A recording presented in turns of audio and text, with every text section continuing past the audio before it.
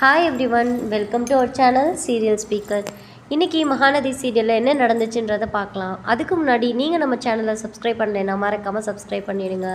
விஜய் அரெஸ்டான விஷயம், அவரை போய் போலீஸ் ஸ்டேஷனில் பார்த்துட்டு வந்த விஷயத்தை பற்றி காவேரியும் கங்காவும் பேசிகிட்டு இருக்காங்க.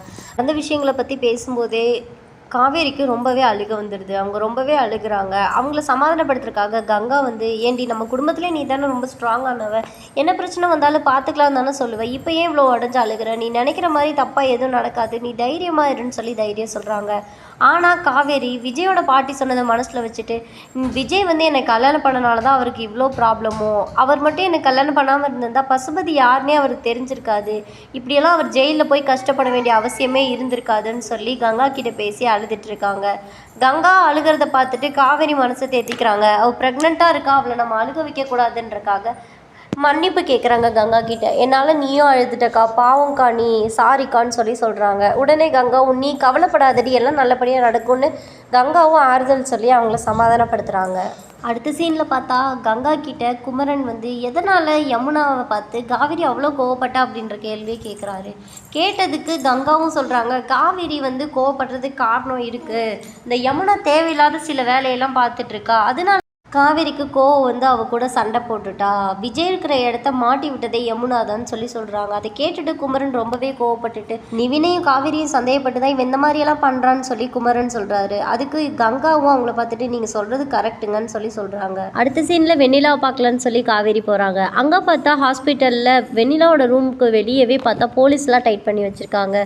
உடனே அங்கே உள்ள ஒரு சிஸ்டரை கூப்பிட்டுட்டு காவேரி வந்து ஹெல்ப் கேட்குறாங்க. நான் எப்படியாச்சும் வெண்ணிலாவை பார்க்கணும், நீங்கள் எனக்கு ஹெல்ப் பண்ணுங்கன்னு சொல்கிறாங்க. உடனே அங்கே இருந்த நர்ஸும் காவேரிக்கு ஹெல்ப் பண்ணுறாங்க. எனக்கு உங்கள் மேலே நம்பிக்கை இருக்குது, உங்கள் பக்கம் தான் நியாயம் இருக்குது நான் நினைக்கிறேன்னு சொல்லிட்டு காவேரியை அந்த வார்டுக்கு கூப்பிட்டு போய் வெண்ணிலா பார்க்க அலோவ் பண்ணுறாங்க. காவேரியும் வெண்ணிலா பார்க்குறாங்க. பார்த்தா அவங்க அன்கான்சியஸாக தான் இருக்காங்க.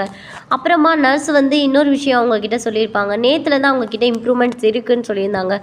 அதை வச்சுக்கிட்டு காவேரி போய் அவங்கள மோட்டிவேட் பண்ணுற மாதிரி பேசுகிறாங்க. இப்போ முன்ன மாதிரி இல்லை, உன் ஹெல்த்தெல்லாம் ரொம்பவே தேடிட்டுருக்கு, நீ சீக்கிரமாகவே க்யூர் ஆகி வந்துடுவ வெண்ணிலா அப்படின்னு சொல்லி அவங்கள பேசுகிறாங்க.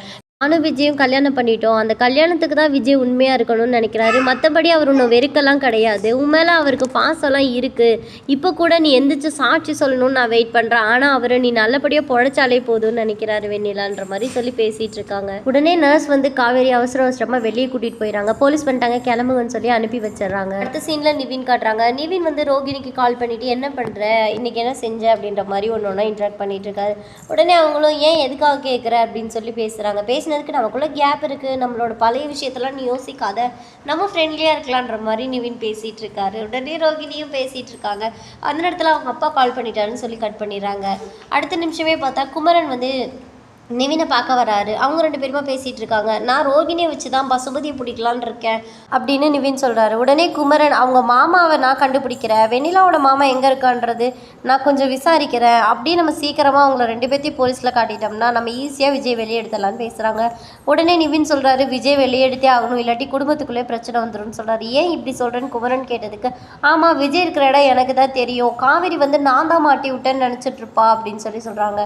உடனே நிவின் கிளம்பி வீட்டுக்கு போயிட்டு யமுனாவை கூப்பிட்றாரு. யமுனா வந்துட்டு ஏன் இப்படி கத்துறீங்கன்னு கேட்டதுக்கு, நீ தான் விஜயை போட்டு கொடுத்தியா அப்படின்னு சொல்லி கேட்குறாரு.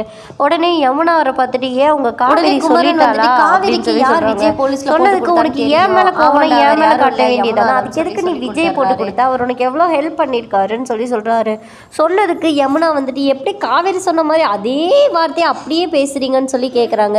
கேட்டதுக்கு கோவப்பட்டு கையோங்கிடுறாரு. இதோட இன்னைக்கு எபிசோட முடிச்சுட்டாங்க. நாளைக்கு என்ன நடக்குதுன்றதை வெயிட் பண்ணி பார்க்கலாங்க.